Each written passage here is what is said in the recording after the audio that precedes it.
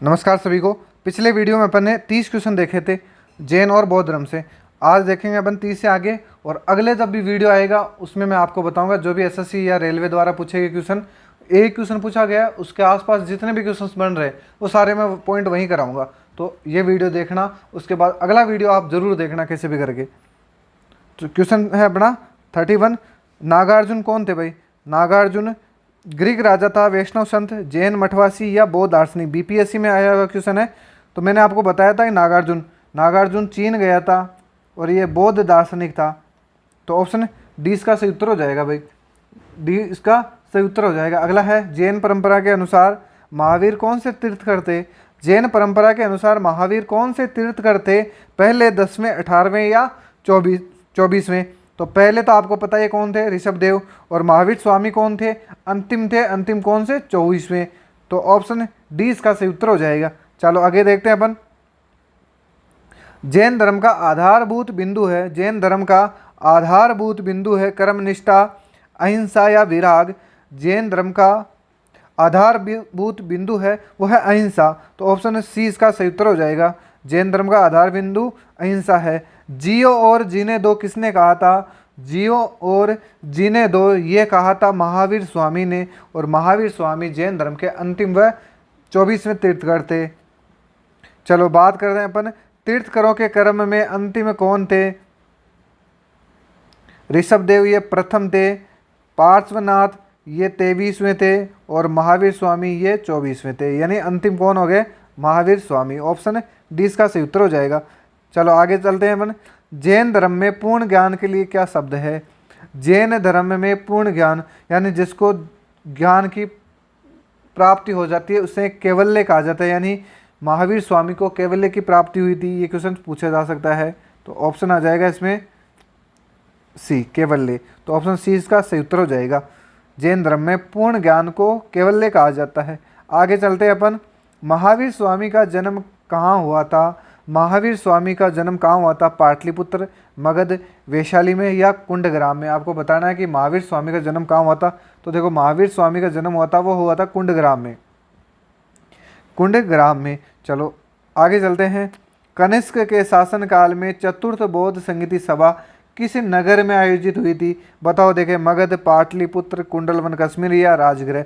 मैं फिर बता रहा हूँ, मैंने आपको बहुत ही अच्छी ट्रिक बताई थी, मैंने आपको बहुत ही शानदार ट्रिक बताई थी। कैसे बताई थी? अगर आपने पिछला वीडियो देखा है तो आप आराम से बता दोगे। RVPK यानी राजगृह, वैशाली, पाटलिपुत्र और कुंडलवन। कौन सी पूछा ये? चतुर्थ।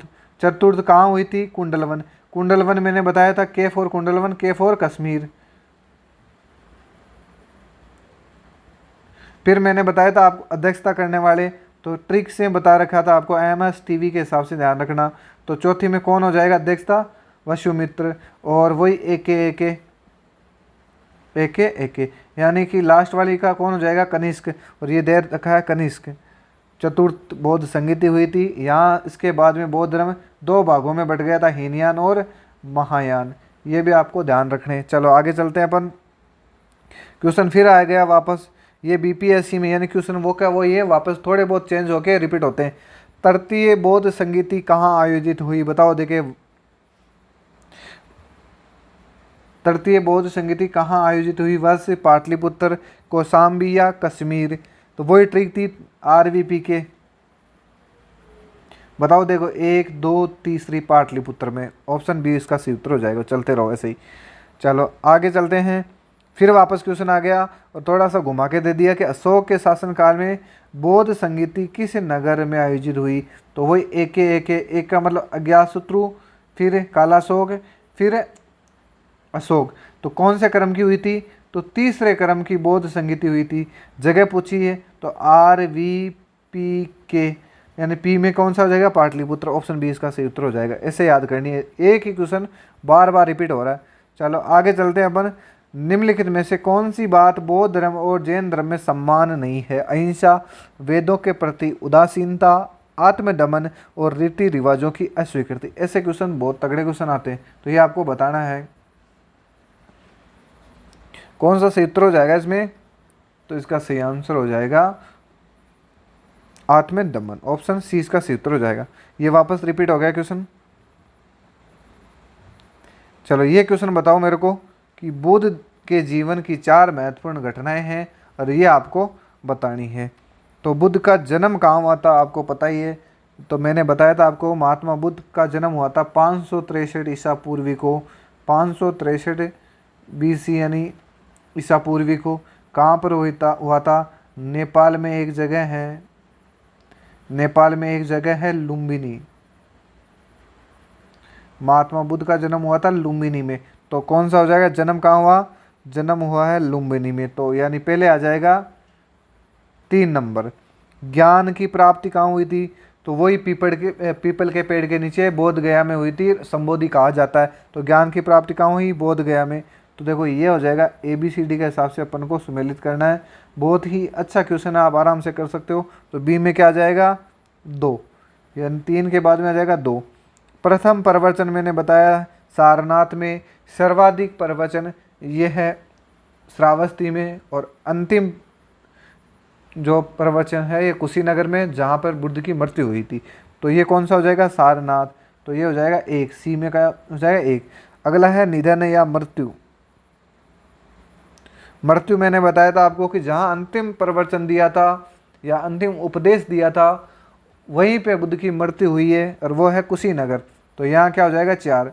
32 14 जिस भी को ऑप्शन में है वो आपका सही हो जाएगा। तो ए में क्या है? बिल्कुल नहीं है, ये भी नहीं है। 32 14 ये रहा, 32 14 यहाँ पे है और 32 14 ही यहाँ पे है। तो आपको ऐसे करना है। सुमेलित ये हो जाएगा जन्म, ज्ञान की प्राप्ति, प्रथम प्रवचन और ये निधन, ऐसे हो जाएगा सुमेलित। ठीक है, तो ऑप्शन सी इसका सही उत्तर हो जाएगा। चलो आगे चलते हैं अपन। निम्नलिखित में से कौन सबसे पूर्वकालिक जैन ग्रंथ कहलाता है? सबसे पूर्णकालिक जैन ग्रंथ कहलाता है 12 अंग, 12 उपांग, 14 पूर्व या 14 उपपूर्व। ये क्वेश्चन बहुत ही अच्छा क्वेश्चन है। तो इसका आंसर हो जाएगा 14 पूर्व। पूर्वकालिक जैन ग्रंथ कहलाता है वह है 14 पूर्व। चलो आगे चलते हैं अपन। आजीवक संप्रदाय के संस्थापक, बहुत ही अच्छा क्वेश्चन, काफ़ी बार पूछा है, वेरी मोस्ट कर लेना भाई। उपाली आनंद। देखो ये तो कौन थे? ये कौन थे भाई, बता सकते हो क्या आप? बुद्ध के शिष्य, महात्मा बुद्ध के शिष्य। तो शिष्य ये थे, तो शिष्या कौन थी भाई, या बता सकते हो क्या? शिष्य ये, तो शिष्य थी आम्रपाली। आम्रपाली कौन थी? महात्मा बुद्ध की शिष्या। चलो ये काम हो गया। स्थूलभद्र कौन थे? तो भाई साहब श्वेतांबर जो जैन धर्म थे उसके प्रवर्तक, श्वेतांबर जैन के प्रवर्तक थे। मोखली गोसाल, बच गया ऑप्शन अपना ये डी। तो इसका उत्तर हो जाएगा मोखली गोसाल। यानी आजीवक संप्रदाय के संस्थापक किसे माना जाता है? मोखली गोसाल को। ऑप्शन डी सही उत्तर हो जाएगा। आगे चलते हैं। भागवत संप्रदाय के विकास में किसका योगदान अत्यधिक था? भागवत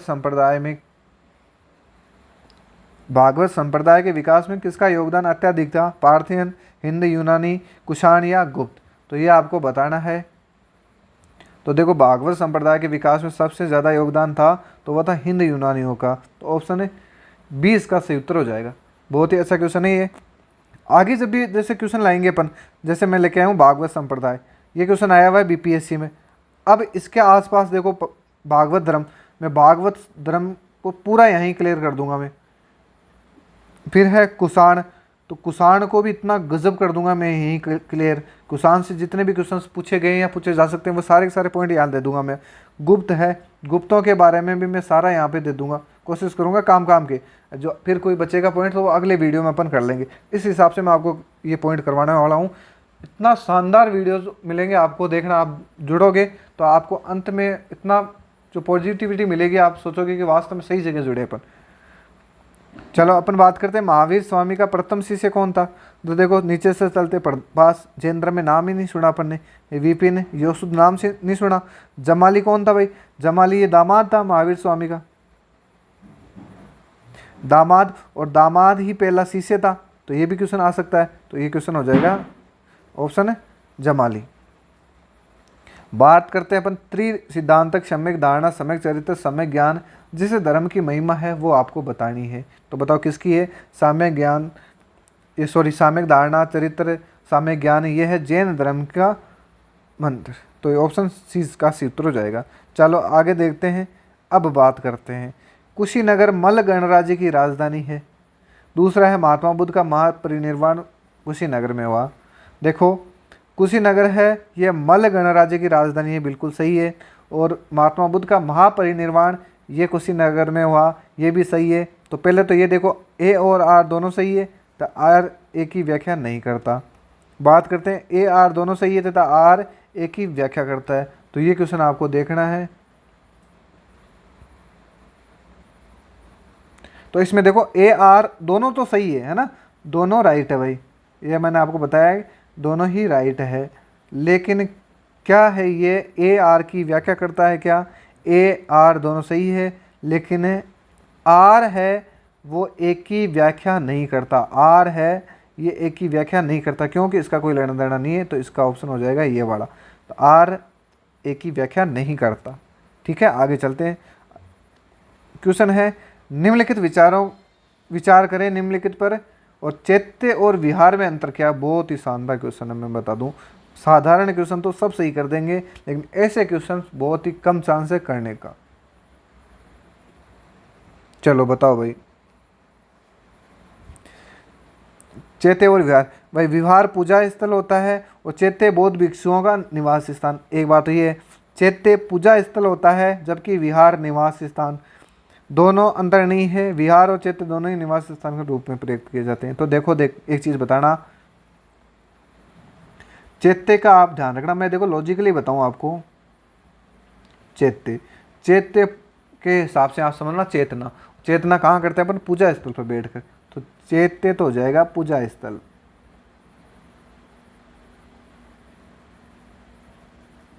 और विहार का मतलब हो जाता है निवास। विहार का मतलब होता है निवास। तो ऑप्शन बी इसका सही उत्तर हो जाएगा, ये से ध्यान रखना। चलो आगे चलते हैं अपन। निम्नलिखित में से कौन सा स्थल पार्श्वनाथ से संबंध होने के कारण जैन सिद्ध क्षेत्र माना जाता है? चंपा, पावा, समेत शिखर या उज्जैन? ये क्वेश्चन बहुत ही अच्छा है, ये आपको बताना है। तो चंपा, पावा, समेत शिखर या उज्जैन? तो पार्श्वनाथ से संबंधित होने के कारण ये है जैन सिद्ध क्षेत्र माना जाता है समेत शिखर। ये ध्यान रखना, समेत शिखर बहुत ही अच्छा पॉइंट है। यूपीपीसीएस में नहीं, ये काफ़ी जगह पूछा हुआ है। तो मैंने यहाँ केवल ये एक एग्जाम डाला है, बाकी खूब जगह पूछा हुआ है समेत शिखर के बारे में। तो ऑप्शन है ये सही हो जाएगा, समेत शिखर वाला। तो आगे अपन बात करेंगे, बुद्ध की मृत्यु के बाद प्रथम बौद्ध संगीति की अध्यक्षता। तो मृत्यु के बाद प्रथम बौद्ध संगीति, ये ध्यान रखना भाई। मृत्यु के बाद प्रथम बौद्ध संगीति, तो मैंने आपको वही ट्रिक में वापस बता रहा हूँ, ये लास्ट बार।